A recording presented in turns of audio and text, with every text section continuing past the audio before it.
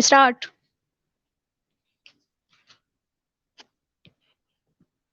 Assalamu alaikum students. It is business research method, most probably a last session of a business research method, and the topic is the secondary data research. We will discuss about the primary data research, how to calculate the sample size, what is the measurement, and also create the knowledge about the software SPSS and the smart PLS as well. Now secondary data research को आज हम understand करते हैं. Secondary data research as compare to the primary data research जो है वो हमारे पास इसका डेटा अवेलेबल जो होता है, अवेलेबिलिटी ऑफ द डेटा जो है वो हमारे पास आराम से अवेलेबल होता है. इसके बहुत सारे सोर्सेज होते हैं जहाँ से हम अपने सेकेंडरी डेटा को इस्तेमाल कर रहे होते हैं.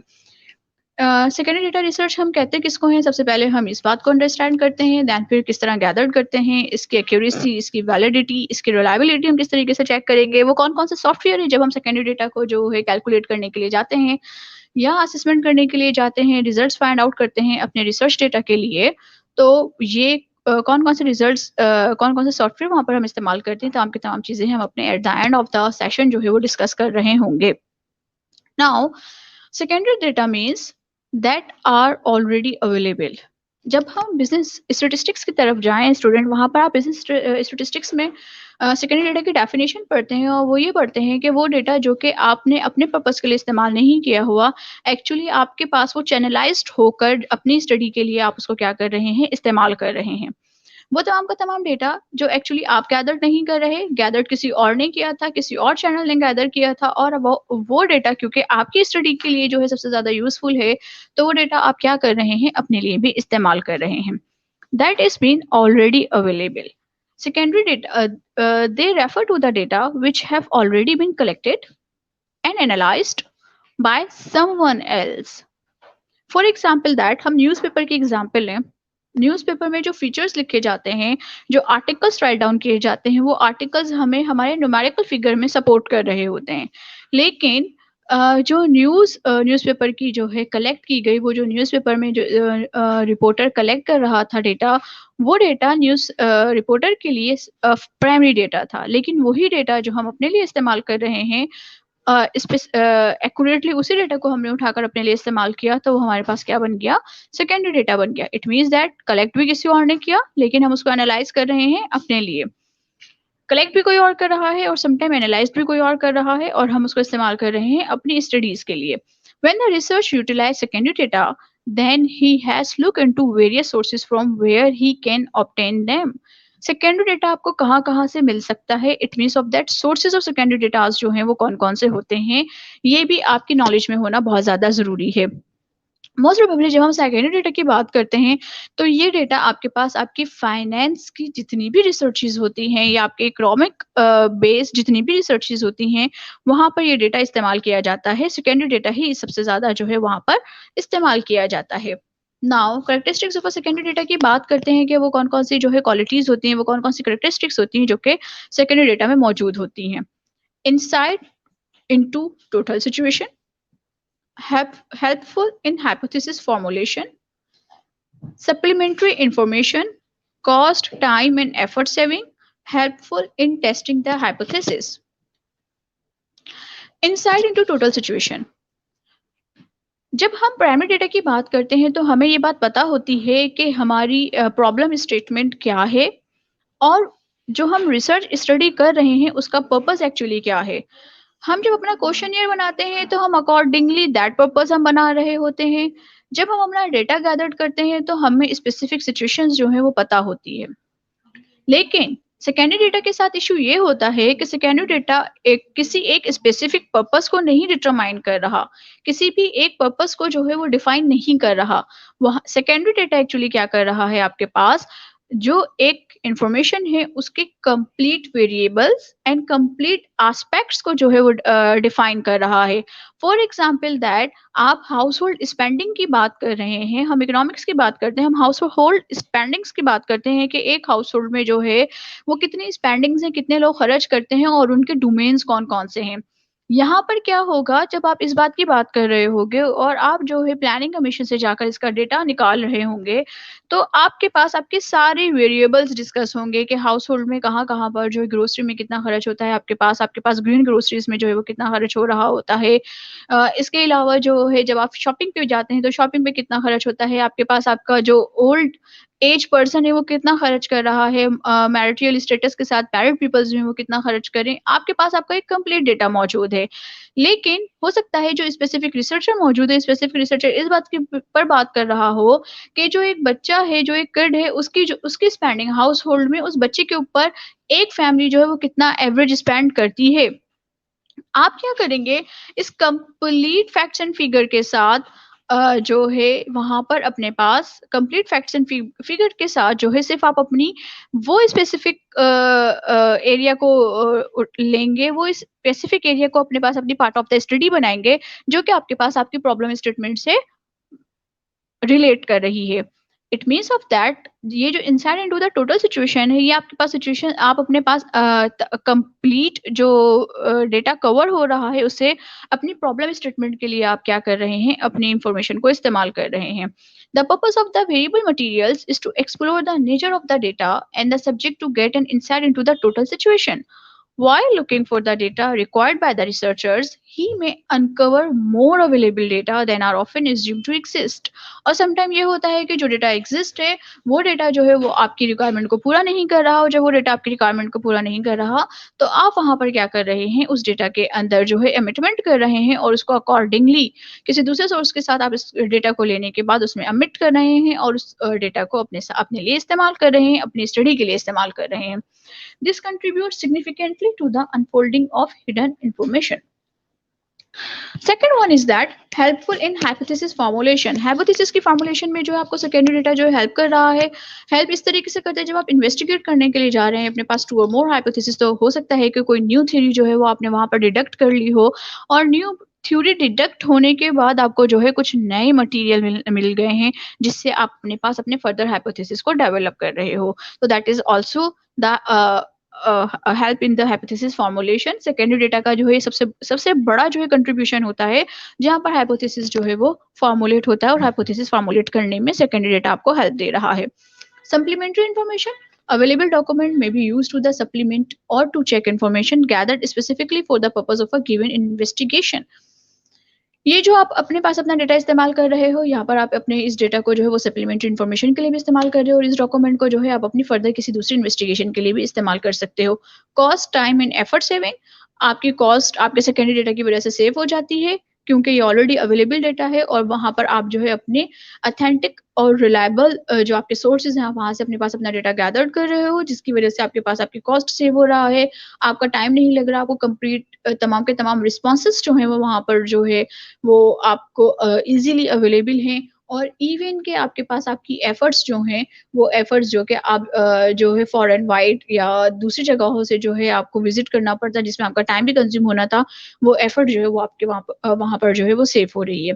The secondary data is the information that is already created by the someone else. Therefore, it saves your cost, your time, and your efforts. The researcher get accurate and ready data. आपको उसको filter करने की ज़रूरत नहीं है, आपको उसकी missing values को सही करने की ज़रूरत नहीं है. अगर आपका ज़ेड स्कोर की वजह से आपकी नॉर्मैलिटी जो है डिस्टर्ब हो रही है, मोस्ट प्रोबेबली ये वाला इश्यू जो है वो आपके पास आपके सेकेंडरी डेटा के अंदर नहीं आ रहा होता, क्योंकि कोई शख्स इसको ऑलरेडी इस्तेमाल कर चुका है.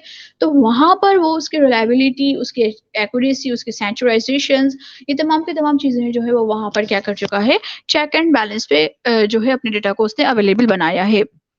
Next one is the help in testing the hypothesis.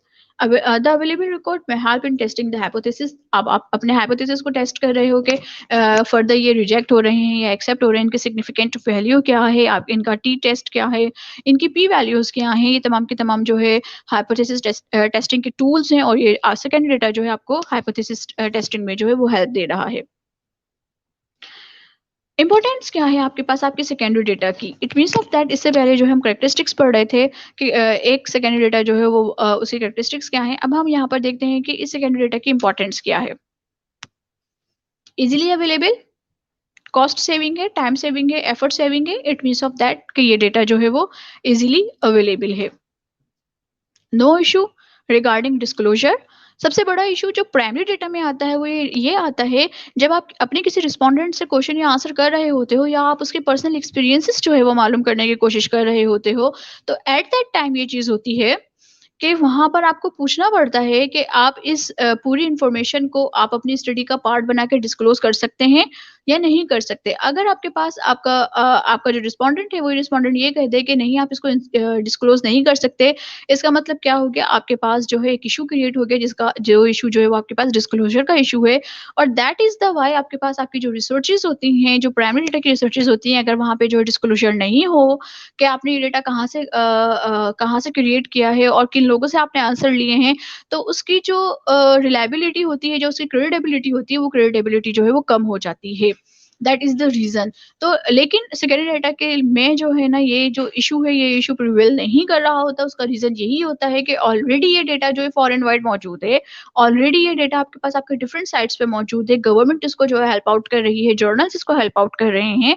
तो ऑलरेडी जब ये डिस्क्लोज़ है, तो इसके डिस्क्लोज़र्स जो हैं यहाँ पर इस तरह का कोई इश्यूज़ नहीं आ रहा होता। लेकिन प्राइमरी डेटा में ये आपके पास आपका सबसे ज़्यादा सीरियस इश्यू है, जो कि प्राइमरी डेटा में आपकी पिटफॉल क्रिएट कर रहा होता है और कॉन्फ्लिक्ट क्रिएट कर रहा होता है आपकी स्टडीज़ के लिए। हेल्प इन कंपैरेटिव एनालिसिस करने में आपके लिए जो है ना, ये हेल्पफुल होते हैं बहुत ज़्यादा। Comparative analysis means that 1 year to 2 year आप 2 कंपैरिज़न कर रहे हो, अपने पास अपने कंपैरेटिव एनालिसिस जो है वो वहाँ पर क्रिएट कर रहे हो कि पाकिस्तान में जो पर कैपिटा इनकम थी, अगर आप ये देखना चाह रहे हैं कि 2019 में पाकिस्तान में पर कैपिटा इनकम कितनी थी, उसका सीपीआई कितना था, तो वो सीपीआई 2019 एंड 2020 का आप आराम से जो है कंपैरिज़न करके बता सकते हो कि पाकिस्तान में लोगों का जो स्टैंडर्ड ऑफ लिविंग है, वो इंक्रीज़ हुआ है या पाकिस्तान में लोगों का स्टैंडर्ड ऑफ लिविंग डिक्रीज़ हुआ है। तो वो कंपैरिज़न एक्चुअली क्या कर रहा है आपके पास, आपको इस चीज़ को जो है वो डिटेल्ड बता रहा है। तो that is called the helps in comparative analysis.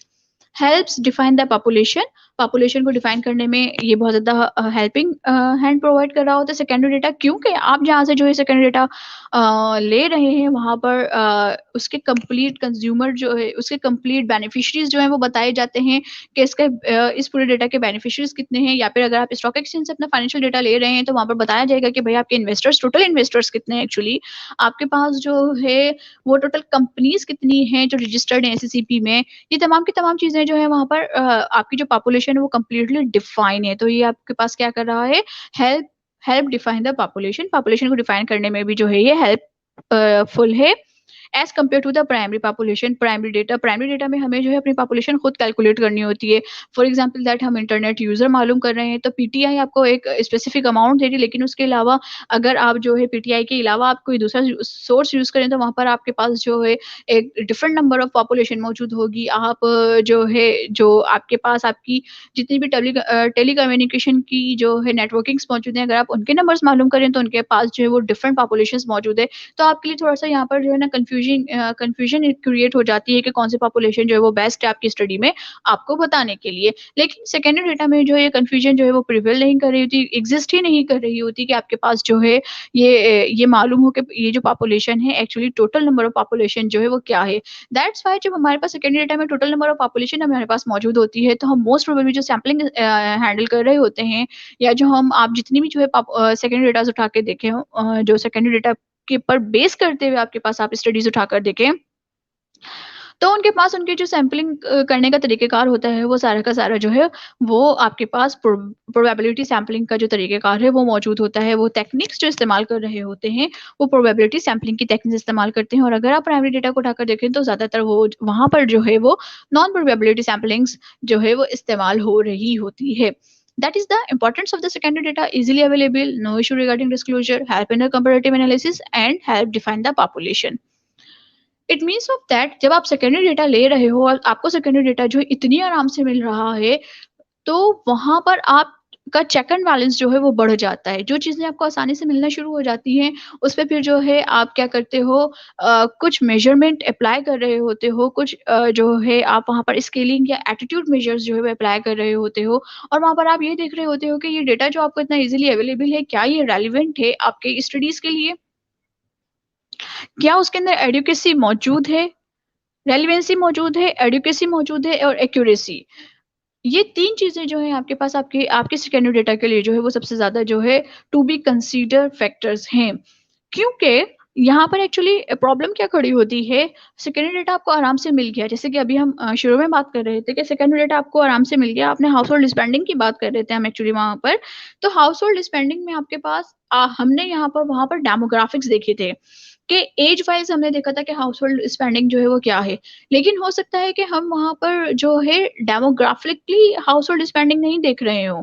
हम वहाँ पर जो है product wise house hold spending देख रहे हो कि वहाँ पर जो हाउस होल्ड स्पेंडिंग होती है, वो जो फैमिली है, वो किस चीज़ के ऊपर सबसे ज़्यादा जो है खर्चा कर रही है। और वो डेटा जो है वो आपको अवेलेबल ना हो, ये भी पॉसिबिलिटी होती है क्योंकि हाउस होल्ड स्पेंडिंग्स तो मौजूद हैं, लेकिन हाउस होल्ड स्पेंडिंग के अंदर जो हमने उसका एलिमेंट है, वो एलिमेंट जो है वो तब्दील कर दिया है। That is the main reason that जो हम सेकेंडरी डेटा को जो है अवॉइड कर रहे होते हैं कि वहाँ पे कितनी इर्रेलेवेंसी जो है वो क्रिएट हो रही है। अवेलेबिलिटी कहाँ से अवेलेबल है? उसका सोर्स रिलायबल है, पहली चीज़। क्योंकि जहाँ से आप अपना डेटा उठा रहे हो, अगर आप जो है अपनी इंटरनेट की वर्ल्ड की बात करें, आप इस दुनिया की बात करें, तो इस दुनिया में जो है आपके पास सिंपलेस्ट ये चीज़ होती है कि यहाँ पर जो है अवेलेबिलिटी जो है डेटा की मौजूद है, लेकिन आपके पास क्या आपका सोर्स जो है जहाँ से आपने डेटा उठाया है, वो ऑथेंटिक है या नहीं है? ये एडिक्वेसी आप क्या करोगे वहाँ पर चेक करोगे। देन रेलेवेंसी चेक करी आपने, अवेलेबिलिटी चेक करी आपने और देन फिर आपने अपनी एडिक्वेसी चेक करी। क्या आपका डेटा एक्यूरेट है? इट मीन्स ऑफ दैट आप 2020 में जो है अपना रिसर्च करने के लिए जा रहे हो, तो वो जो रिसर्च आप 2020 में कर रहे हो, वो रिसर्च जो है, जो डेटा आपके पास अवेलेबल हुआ है, वो आपके पास नियर अबाउट फिगर में होना चाहिए। 2019, 2018 इस तरह जो है नियर अबाउट फिगर में होना चाहिए। तो क्या वो एक्यूरेट है उस सेंस में लेते हुए? आपका टाइम स्पेन, आपका टाइम इंटरवल जो है वो ज़्यादा इंक्रीज़ तो नहीं हो रहा? ये तमाम की तमाम चीज़ें जो है आप क्या कर रहे हो यहाँ पर अपने पास अपने सेकेंडरी डेटा में जो है वो देख रहे हो। ये 5 पॉइंट्स जो होते हैं वो आपके पास आपके एग्ज़ामिनेशन क्वेश्चन भी जो है यहाँ पर जो है एक डेवलप हो जाता है कि whenever you choose the secondary data which kind of a factors to be consider about taking a secondary data, और नीचे एक सिचुएशन गिवन होती है कि if you collect your data from the government of Pakistan side, then which kind of things you should be consider when while you gathered your data. Now जी, अब बात करते हैं हम सोर्सेज़ कि आपके पास आपके सेकेंडरी डेटा के सोर्सेज़ कौन-कौन से होते हैं? कौन से सोर्सेज़ हैं जो कि आप एक्चुअली इस्तेमाल कर रहे हो अपने पास अपने सेकेंडरी डेटा में? कुछ सोर्सेज़ होते हैं जो आपके पास आपके इंटरनल सोर्सेज़ हैं और कुछ सोर्सेज़ होते हैं जो आपके पास आपके एक्सटर्नल सोर्सेज़ हैं। इंटरनल सोर्सेज़ की बात करें, इंटरनल सोर्सेज़ आपके पास आपके ऑर्गेनाइज़ेशन का डेटाबेस, इवन कि आप जिस यूनिवर्सिटी में मौजूद हैं उस यूनिवर्सिटी की लाइब्रेरी और उस लाइब्रेरी का डेटाबेस, वो आपके पास आपका इंटरनल सोर्स है। तो सेकेंडरी डेटा का वो सोर्स जो कि आप जिस डोमेन में मौजूद हैं या जहाँ पर रहते हुए आप जो है अपनी रिसर्च जो है वो एक्सटेंड कर रहे हैं, अपनी रिसर्च अपनी स्टडीज़ को जो है आप वहाँ पर परफॉर्म कर रहे हैं। अगर आप उसके डेटाबेस को इस्तेमाल कर रहे हैं, आप उसके डेटाबेस में मौजूद तमाम की तमाम इन्फॉर्मेशन को इस्तेमाल कर रहे हैं, तो वो इन्फॉर्मेशन क्या कहलाती है आपके पास आपके वो इंटरनल सोर्सेज़ हैं जो कि आप इस्तेमाल कर रहे हो। लेकिन कुछ टाइम जो है ऐसा होता है कि आप जो है अपने इंटरनल सोर्सेज़ के अलावा अपने एक्सटर्नल सोर्सेज़ को भी इस्तेमाल कर रहे होते हो। जैसे कि आप गवर्नमेंट ऑफ पाकिस्तान की गिवन किसी भी साइट को आप इस्तेमाल करते हुए उनके डेटा जो है वो इस्तेमाल करो कि गवर्नमेंट ऑफ पाकिस्तान जो है वो आपको ये बता दे, गवर्नमेंट ऑफ पाकिस्तान की जो प्लानिंग एंड कमीशन है वो एक्चुअली आपको ये बता रहा है कि आप पाकिस्तान की जो पूरी पॉपुलेशन है उसके उसमें लेबर नंबर ऑफ लेबर्स जो हैं मेल कितने हैं और नंबर ऑफ लेबर्स जो है वो फीमेल कितने हैं।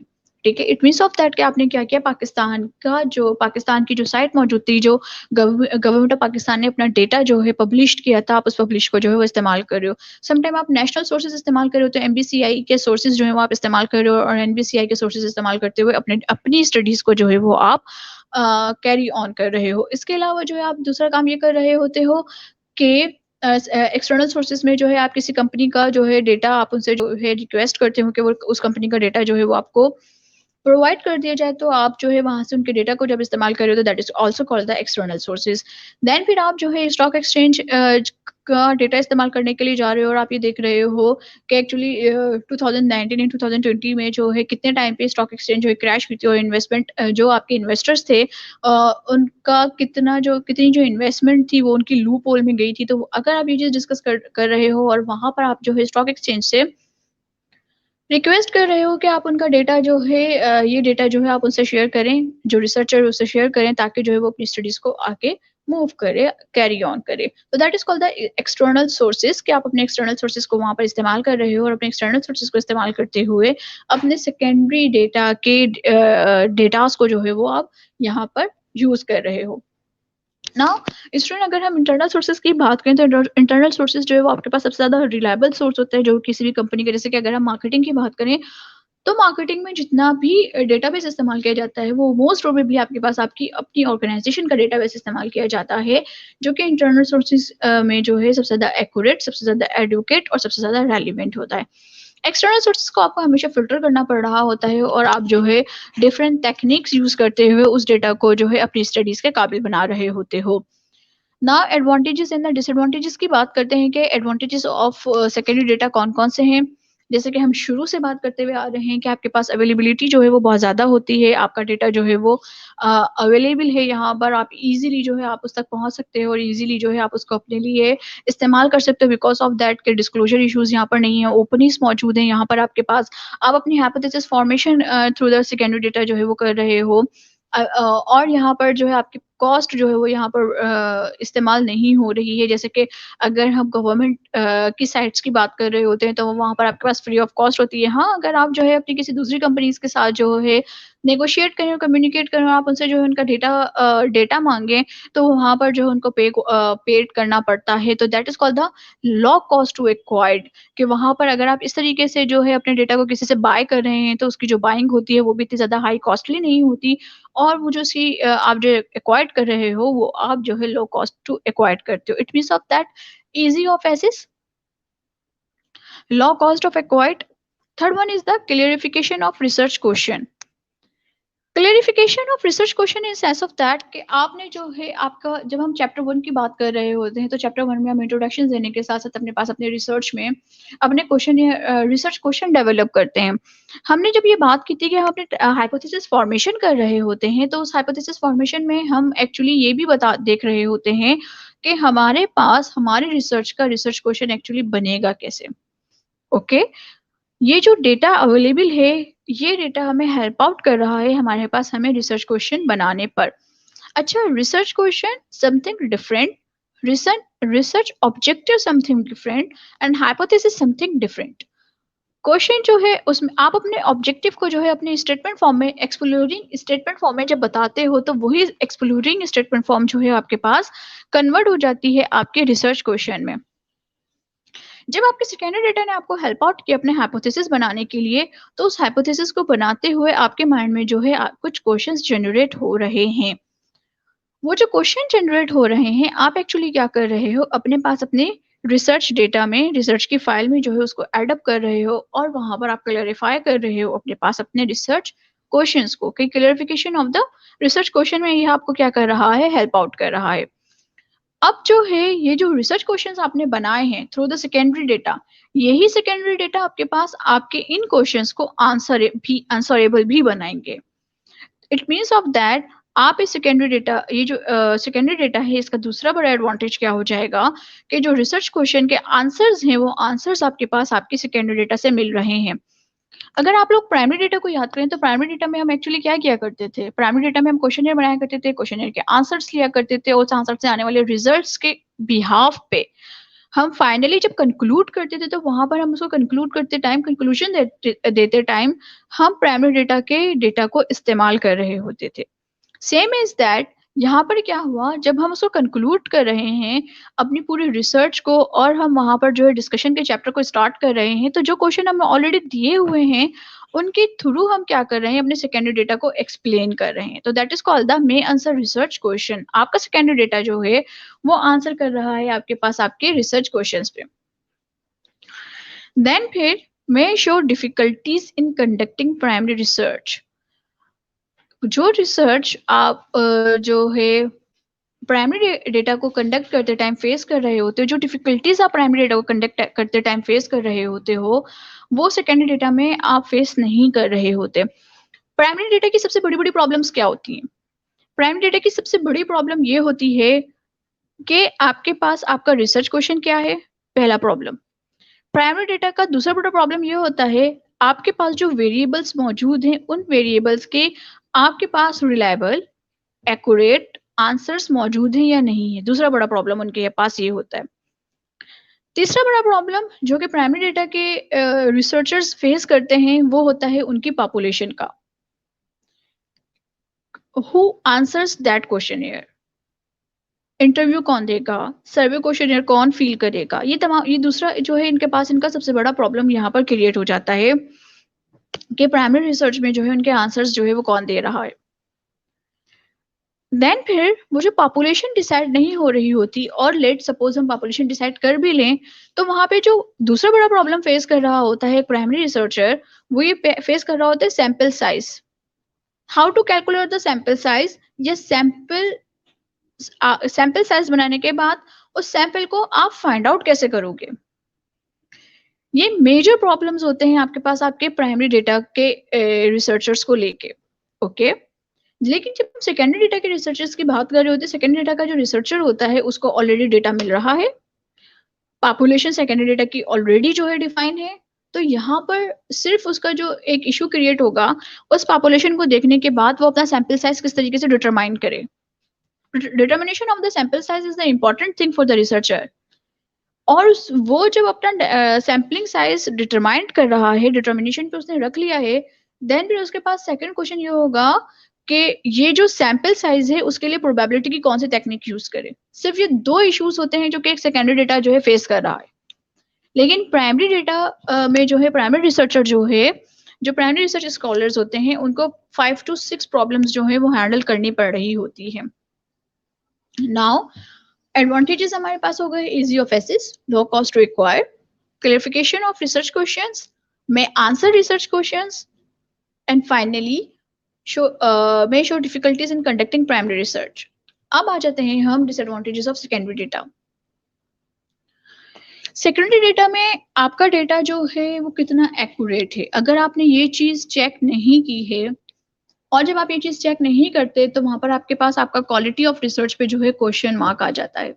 जैसे कि हम अभी बात कर रहे थे कि प्राइमरी जो रिसर्चर्स होते हैं, प्राइमरी रिसर्चर्स एक्चुअली किस चीज के ऊपर अपनी रिसर्चेस उनकी जो है लो क्वालिटी आती है कि डिस्क्लोज नहीं किया उन्होंने कि उन्होंने अपने पास अपना जो इंटरव्यू था या अपने क्वेश्चनियर्स थे वो कहाँ से सॉल्व करवाए, क्योंकि वो वहां पर क्या है, पाबंद हो चुके हैं अपने पास अपना रिस्पोंडेंट के, कि वो उस रिस्पोंडेंट ने बता दिया है कि वो जो है अपना नाम जाहिर नहीं करना चाहते, अपने सोर्सेज जाहिर नहीं करना चाहते, जिसकी वजह से प्राइमरी रिसर्चर्स की जो क्वालिटी होती है वो डिक्रीज हो जाती है। और मोस्ट प्रोबेबली अगर आप इंटरनेशनल जर्नल्स की बात करें या इंटरनेशनली आप डोमेन की बात करें, तो इंटरनेशनली जो है क्वालिटी ऑफ रिसर्च के जो मेजरमेंट है वो डिटरमाइंड इस बात पे किए जाते हैं कि मैथोडोलॉजी का चैप्टर किसी भी रिसर्च में सबसे ज्यादा इंपॉर्टेंट होता है। उस मेथोडोलॉजी में आपने कौन कौन से टूल्स एंड टेक्निक्स यूज की हैं और वो किस तरीके से इस्तेमाल की हैं, ये चीज जो है उसे क्वालिटी को बढ़ा रही होती है। देन अगर सेकेंडरी डेटा का जो सोर्स आप इस्तेमाल कर रहे हो उस वो ऑथेंटिक नहीं है, उसकी कोई रिलायबिलिटी नहीं, क्रेडिबिलिटी नहीं है, वो इजीली अवेलेबल हो जाता है, और आपका डेटा जो है वो आपके पास जो है बहुत ज़्यादा उसका टाइम स्पैन जो है वो बहुत ज़्यादा है, तो वहाँ पे आपके पास आपके रिसर्च की क्वालिटी जो है वो डिक्रीज हो जाती है। सेकेंडरी डेटा का सबसे बड़ा जो डिसएडवांटेज है वो क्वालिटी ऑफ रिसर्च है। जैसे कि मैं आपको एक सिंपल सी एग्जांपल देती हूँ, अगर अभी आप पाकिस्तान ब्यूरो ऑफ स्टेटिस्टिक्स की साइट को आप ओपन करें और आप वहां से जो है 2019 का डेटा लेने के लिए जाएं, तो पाकिस्तान ब्यूरो ऑफ स्टेटिस्टिक्स पर 2019 का डेटा अवेलेबल नहीं है। इट मीन्स ऑफ दैट हम अभी मौजूद हैं जुलाई 2020 पर। इसका मतलब क्या हुआ, हमने अपने एक क्वार्टर को हम खत्म कर चुके हैं, अपना हाफ ईयर हम कंप्लीट कर चुके हैं। तो जब हम अब यहाँ पर अपनी रिसर्च कर रहे होंगे, तो हमारे पास मोस्ट रिसेंट डेटा जो होना चाहिए वो दिसंबर 2019 का मोस्ट रिसेंट डेटा होना चाहिए। दिसंबर 2019 का मोस्ट रिसेंट डेटा होना चाहिए और मार्च 2020 का आपके पास आपका डेटा जो है वो रिसेंट होना चाहिए। लेकिन अब आप सेकेंडरी डेटा के लिए जो है सबसे ज़्यादा क्रेडिबल जो है आप साइट इस्तेमाल कर रहे हो, पाकिस्तान ब्यूरो ऑफ स्टैटिस्टिक्स की, और वहाँ पर आपके पास जो डेटा अवेलेबल है वो आपके पास 2018 का डेटा अवेलेबल है। सही। जब आपके पास वहाँ पर 2018 का डेटा अवेलेबल है तो इसका मतलब क्या हुआ? आपके पास टाइम ब्रिज आ गया और उस टाइम ब्रिज ने आपके पास आपकी रिसर्च क्वालिटी को जो है वो डिक्रीज कर दिया। ये एक बहुत छोटी-सी एग्ज़ाम्पल है। इसी तरीके से आप मेडिकल के रिसर्चेज़ की तरफ जाएँ तो पीएमडीसी जो है वो पीएमडीसी एक्चुअली जो है वो रिस्पॉन्सिबल है अपने डेटा को अपग्रेड करने के लिए कि आप ये कितने डॉक्टर्स हैं, आपके पास कितनी नर्सेज़ हैं, एक्चुअली जो है वो अभी आपके पास आपका स्किल क्राइटेरिया क्या चल रहा है, आपके डॉक्टर्स की जो स्पेशलाइज़ेशन है, वो स्पेशलाइज़ेशन किन चीज़ों में है। इन तमाम की तमाम चीज़ों को जो है ना अपडेट करने का जो रिस्पॉन्सिबल वो पीएमडीसी है। पीएमडीसी जो है वो अपनी साइट को जो है वो अपडेट ही नहीं कर पा रहा 2017 से। It means of that time bridge. इसने आपकी क्वालिटी ऑफ रिसर्च को क्या कर दिया? डिक्रीज़ कर दिया। सेम इज़ दैट आप स्टॉक एक्सचेंज की बात करें तो स्टॉक एक्सचेंज जो है वो एक्चुअली क्या कर रहा है, आपको वो डेटा ही नहीं दे रहा जो एसएससीपी ने जो है अप्रूव तो कर दिया है, लेकिन वो डेटा जो है वो आपके पास आपकी इन्वेस्टमेंट को डिस्क्लोज़ कर रहा है, जो कि किसी भी वजह से जो है वहाँ पर उसकी एक्यूरेसी या उसके जो है जो कंसर्न्स है वो कंसर्न्स जो है वो डिस्टर्ब हो रहे हैं। ये वो कुछ चीज़ें होती हैं सेकेंडरी डेटा की जहाँ पर एक्चुअली क्या हो रही है, आपकी क्वालिटी ऑफ रिसर्च जो है वो डिक्रीज़ हो रही है। ये जो क्वालिटी ऑफ रिसर्च आपके पास डिक्रीज़ होने का रीज़न होता है, आपका एक रिसर्चर अपने पास अपनी एक रिसर्च के ऊपर 1 ईयर स्पेंड कर रहा है, 8 मंथ्स स्पेंड कर रहा है, वो मैक्सिममली 6 मंथ किसी भी रिसर्चर को अपना रिसर्च पेपर लिखने में लग जाते हैं।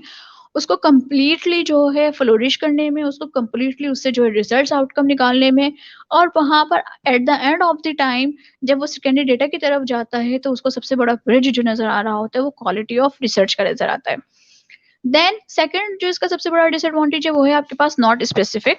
आपका जो सेकेंडरी डेटा है वो आपका स्पेसिफिक नहीं होता, जो कि हम बात शुरू में कर चुके हैं कि स्पेसिफिक नहीं है। स्पेसिफिक बहुत सारी चीज़ें जो हैं एट अ टाइम एक ही डेटा के अंदर डिस्कस हो रही हैं। अब आप उसको फ़िल्टर कर रहे हो, जब आप उसको फ़िल्टर कर रहे हो, तो फ़िल्टर करने में जो है उसकी एक्यूरेसी डिस्टर्ब हो रही है, उसकी रिलायबिलिटी डिस्टर्ब हो रही है, जिसको हम फेस वैलिडिटी कहते हैं।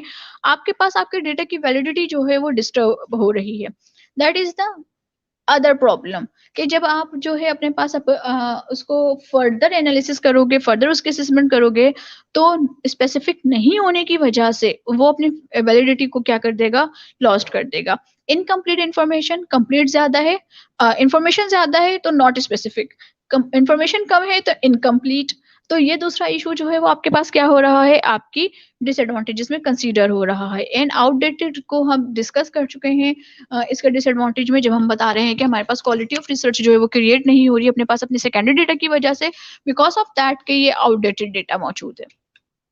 Now the last one thing is that common sources of research data जो है आप वो कौन-कौन से यूज़ कर रहे होते हैं। आप अपने गवर्नमेंट के डिपार्टमेंट से इस्तेमाल कर रहे होते हो।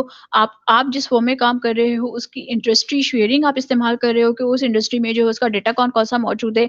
आप अपने फर्दर जर्नल्स इस्तेमाल करते हैं अपने सेकेंडरी डेटा को गैदर्ड करने के लिए कि जर्नल्स में जो है ऑलरेडी इन्फॉर्मेशन गिवन होती है, तो आप उन जर्नल्स को जो है वो इस्तेमाल कर रहे हो। दैट इज़ द थिंग कि हम जो है यहाँ पर सेकेंडरी डेटा में ये चीज़ें जो है हम मोस्ट प्रोबेबली डिस्कस कर रहे होते हैं। It's also part of your exams question, students के एग्जाम्स में भी जो है आप इसको जो है देख रहे होते हो।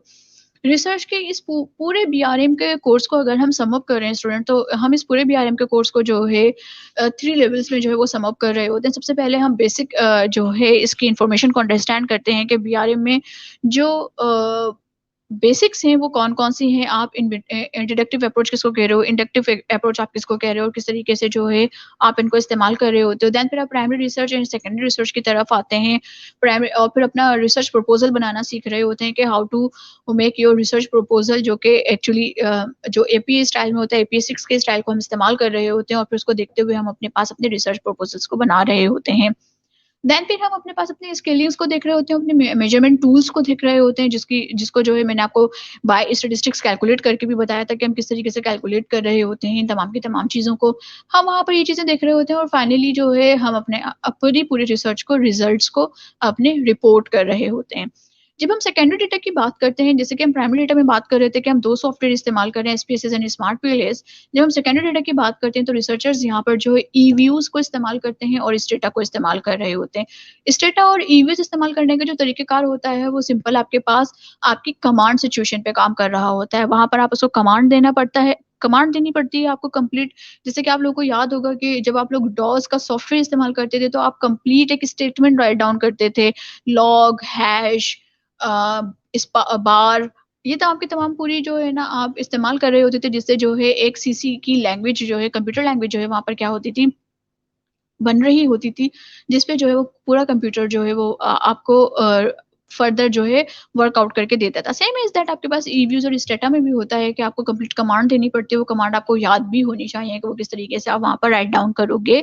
तो सेकेंडरी डेटा को जो है हम इस तरीके से एनालिसिस कर रहे होते हैं। नाउ स्टूडेंट्स, आज के सेशन को हम यहाँ पर वाइंड अप करते हैं। Thank you so very much and अल्लाह हाफ़िज़।